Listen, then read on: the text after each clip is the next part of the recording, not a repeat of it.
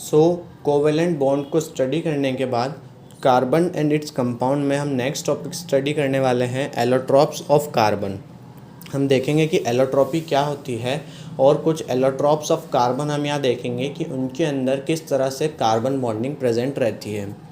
So what is allotropy? Allotropy वो phenomena होता है जिसमें कोई एक एलिमेंट डिफरेंट फिजिकल स्टेट्स में प्रेजेंट रहता है with the same chemical properties.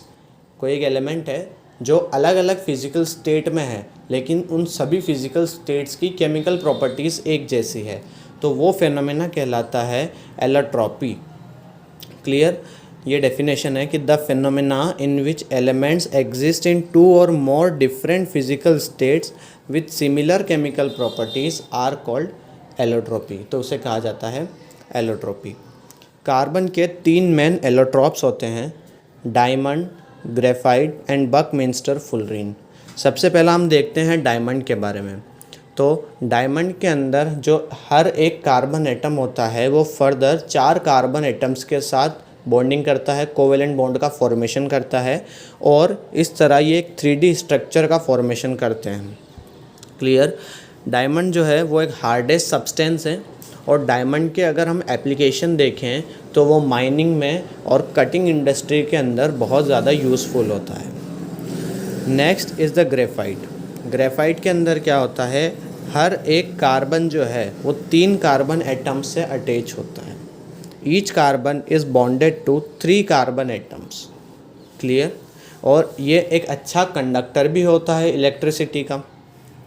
Last allotrope of carbon is the Buckminster fullerene. ये क्लस्टर बनाता है 60 कार्बन एटम्स का जो कि एक स्पेरिकल मॉलिक्यूल का फॉर्मेशन करते हैं। It is a cluster of 60 carbon atoms joined together to form a spherical molecules. So this is a information about allotropes of carbon. Next topic हम देखते हैं versatile nature of carbon. So versatile nature के बारे में study करेंगे। हमें पता है कि जो ऑर्गेनिक कंपाउंड्स हैं वो बहुत ज़्यादा लार्ज नंबर में एग्जिस्टेंस में हैं, मतलब बहुत सारे ऑर्गेनिक कंपाउंड्स जो हैं वो प्रेजेंटली एग्जिस्ट करते हैं। तो इतने सारे ऑर्गेनिक कंपाउंड्स का एग्जिस्टेंस के पीछे कुछ रीज़न्स हैं या कोई नेचर है, तो उन नेचर को हम स्टडी करेंगे कि इस वजह से इतने सारे ऑर्गेनिक कंपाउंड्स होते हैं। 2 चीज़ें इसके अंदर हम पढ़ेंगे। सबसे पहला नेचर होता है कार्बन का कैटिनेशन का। तो उस नेचर को स्टडी करते हैं कि कार्बन कैटिनेशन करता है, इसलिए a large number of organic compounds हमको मिलते हैं। तो कार्बन हैज़ यूनिक प्रॉपर्टी या यूनिक एबिलिटी कह दें to form bonds with other atoms of carbon giving rise to large molecule. Carbon की एक यूनिक एबिलिटी होती है कि वो दूसरे एटम्स जो हैं कार्बन के उनके साथ बॉन्डिंग बनाता है और लार्ज नंबर ऑफ मॉलिक्यूल्स को फॉर्म कर सकता है। जो मॉलिक्यूल्स कैटिनेशन की प्रोसेस में बनते हैं वो लॉन्ग चेन स्ट्रेट कंपाउंड्स भी हो सकते हैं, ब्रांच्ड भी हो सकते हैं और रिंग स्ट्रक्चर भी हो सकते हैं। एग्जाम्पल हम देखते हैं सबसे पहला स्ट्रेट चेन कंपाउंड का, दैट इज़ प्रोपेन C3H8। इस तरह से हम बनाएंगे। Clear? Second is the 2 methyl propane. तो सेकंड नंबर ऑफ कार्बन पे हमने एक मिथाइल ग्रुप अटैच कर दिया, ये हो गया हमारा branch chain. And third one is cyclohexane. ये मेरा ring structure, 6 carbon atoms with the hydrogens.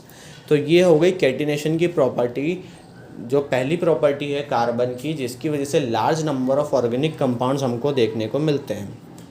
Next, second is the trivalent nature. Carbon का ट्राईवेलेंट नेचर ये क्या होता है? तो कार्बन के बारे में हमें पता है कि कार्बन की वैलेंसी होती है 4, उसके आउटर मोस्ट शेल में 4 इलेक्ट्रॉन्स होते हैं। तो कार्बन एक बार में 4 अदर कार्बन एटम्स के साथ बॉन्डिंग करने के लिए कैपेबल होता है। Due to the valency 4, carbon is capable of bonding with 4 other carbon atoms at a time. तो इसी प्रॉपर्टी को बोला जाता है टेट्रावेलेंट नेचर। Tetravalent nature. और ये single bond, double covalent bond या ट्रिपल कोवेलेंट बॉन्ड का फॉर्मेशन कर सकता है। एग्जाम्पल हम देख रहे हैं इसका क्लोरोइथेन। तो ये कुछ प्रॉपर्टीज़ हैं या कार्बन की यूनिक एबिलिटी कहते हैं जिसकी वजह से कार्बन के अंदर large number of organic compounds हम बना सकते हैं। And this is about the allotropes of carbon.